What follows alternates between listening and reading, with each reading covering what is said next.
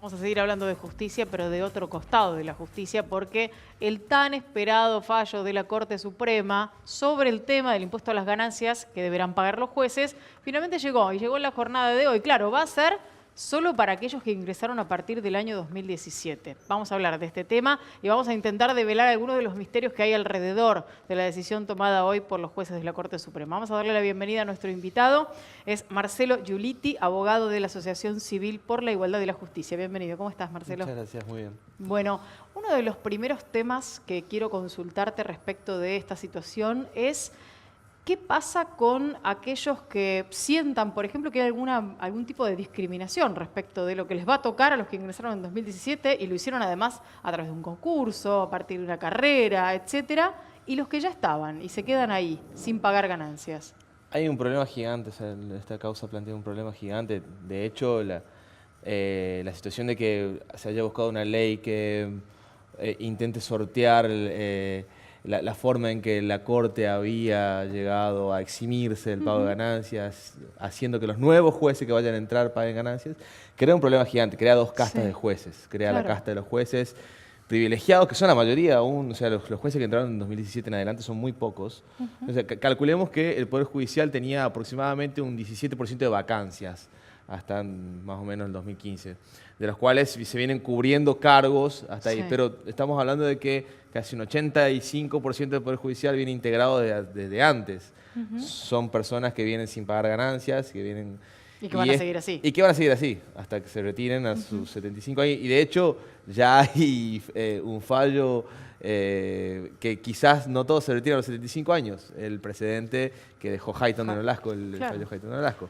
Entonces, hay un problema gigante acá. Se crean dos castas de jueces, una casta que va a pagar ganancia, va a ganar menos, necesariamente, y otra casta de jueces privilegiados. O sea, los jueces que mantienen un privilegio autobrindado, porque el Poder Judicial se autobrindó ese privilegio. Una ley del 96 ya había modificado el sistema de ganancias, quitándole la exención de ganancias a jueces, funcionarios y empleados del Poder Judicial. Y la Corte del 96, la Corte de los 90, se autoeximió mediante acordada de pagar ganancias a todo el mundo, diciendo que afectaba la intangibilidad de los salarios. Hay dos cuestiones que son preocupantes. Bueno, yo trabajé en la justicia y estas cosas ya se venían discutiendo, te estoy hablando hace 18 años atrás. Pero número uno, si la Corte Suprema tenía una posibilidad histórica, no de sumarse ellos al impuesto de las ganancias y nada más, sino de decir, muchachos, si nosotros actualizamos el impuesto a las ganancias desde que se impuso, hoy el piso del 0,7 tendría que estar en sueldos superiores a los 200.000 pesos. Y ahí salimos todos, los aplaudimos, bombo, los glorificamos y listo. No, prefirieron correrse. Pero al mismo tiempo estamos discutiendo la calidad de la justicia. ¿A qué calidad de justicia podemos aspirar si los futuros jueces que ingresen no van a estar muy tentados de ingresar en estas condiciones? Y la verdad, o sea, que no sea tentador para un juez entrar o no, creo que... O sea, el salario emocional que viene atrás de esto no está bueno. Aún así, el salario que tienen los jueces, o sea, respecto al resto de las profesiones y respecto a la profesión privada, es demasiado bueno, es tentador y todo. Si a una persona no le tentara, no sería lo que más me preocupa. Sinceramente, sería lo que menos me preocupa. Creo que de hecho deberíamos aspirar a que no fuera un elemento a tener en cuenta respecto de la decisión de entrar de las personas que entran a la justicia. Si tenemos personas motivadas meramente por el salario económico... No me refiero a eso. O sea, yo tengo un juez de primera instancia que llega a fin de mes y de golpe ve que el compañero que entró 2 años antes comparte pasillo. Yo ingresé en el 2010, estoy acá en el juzgado número 10. Y el que ingresó en el 2018 está en el juzgado número 11. El que está en el juzgado número 11 llega a fin de mes y ve que yo me puedo cambiar el auto y el otro puede cambiar el auto y yo no. Es así, o sea, en eso lo que decís es cierto. De vuelta, esta situación rompe el principio de igualdad. Pero ¿por qué? O sea, el por qué que está detrás es justamente porque hay una falta de decisión de parte de la Corte de decir esto se tiene que aplicar respecto de todos. Porque el problema no es que hay un obstáculo legal. No hay ningún obstáculo legal para que la Corte diga esto se tiene que aplicar para todos los jueces de la Corte. De hecho, la ley ya está vigente. ¿Y no crees también que hay como un cierto ya daño cultural generalizado de que preferimos emparejar para abajo porque en vez de estar discutiendo si este impuesto no es totalmente destructivo de nuestros ingresos, estamos discutiendo si tienen que pagarlo más gente.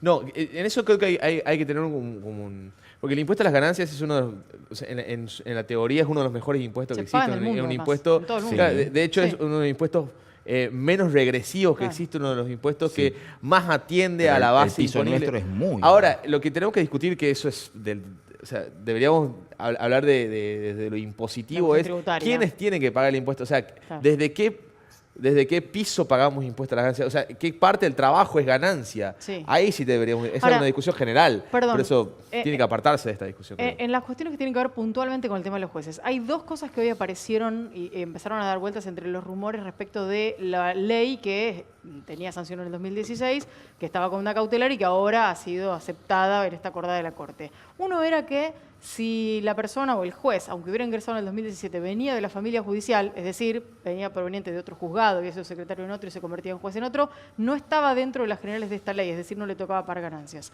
Y la otra era la posibilidad de que hubiera una suba del salario de los jueces en función de que finalmente iban a terminar cobrando su salario más lo que hubieran tenido que pagar por impuesto a las ganancias, con lo cual, en rigor de verdad, estábamos todos pagando el impuesto a las ganancias de los jueces. ¿Esto es así?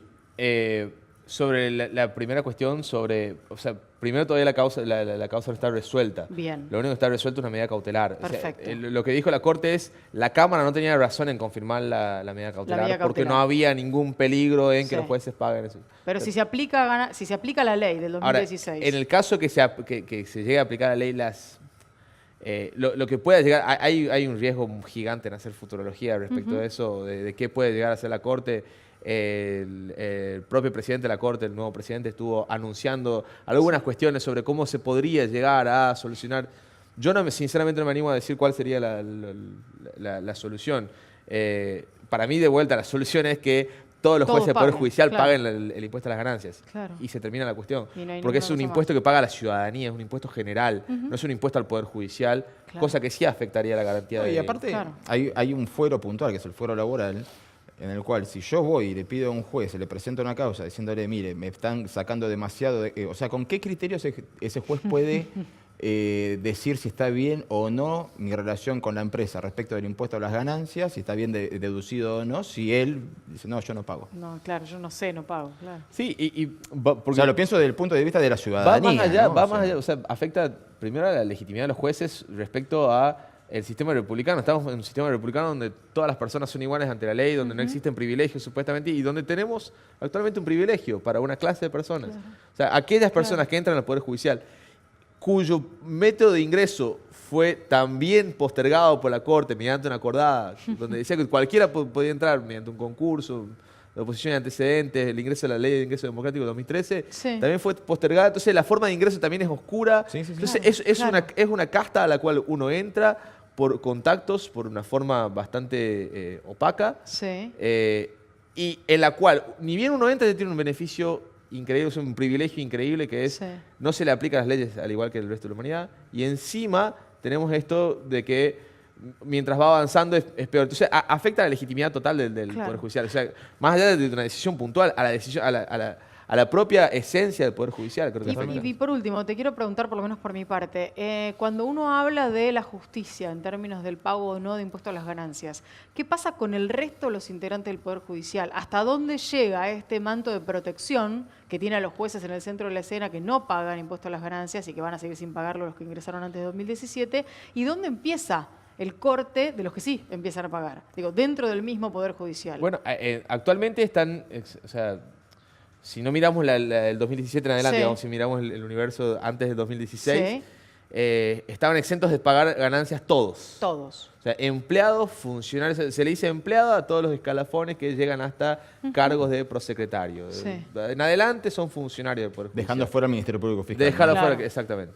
En adelante son funcionarios. Y después son magistrados, o sea, aquellos que han sido designados son magistrados. Entonces ninguno paga impuestos a las ganancias. Esto se explica, en parte, el de los magistrados se explicaba supuestamente por la garantía de intangibilidad. ¿Y los demás? Supuestamente. ¿Y los el demás? de los funcionarios y empleados no tiene explicación alguna. Claro. Entonces, de vuelta ahí no solamente la desigualdad respecto a funcionarios de poderes, comparando con los restantes poderes, desde el pibe que atiende de la mesa de a los entrada. empleados. O sea, respecto a los empleados mismos, o sea, como trabajadores, también hay un privilegio de los trabajadores del Poder Judicial, que también hay que de vuelta, en esto creo que la discusión va por otro lado, de hasta dónde debemos pagar impuestos a las ganancias. Pero es una discusión que tiene que darse todos los trabajadores. Claro. Pero es aparte de esto. Exactamente. O sea, no hay que afectar a los trabajadores en esto, habría que pensarlo bien, pero no podemos aceptar un sistema tampoco que Pero si todos pagamos, a todos los trabajadores grava, salvo a estos trabajadores que forman parte de una casta. Impresionante. Bueno, va a seguir el tema, porque este es un Seguramente. capítulo más de todo lo que hemos vivido y de lo que se vendrá hacia adelante para ver cómo termina esta resolución. Gracias por haber venido, Marcelo. Muchas gracias a ustedes por invitarme.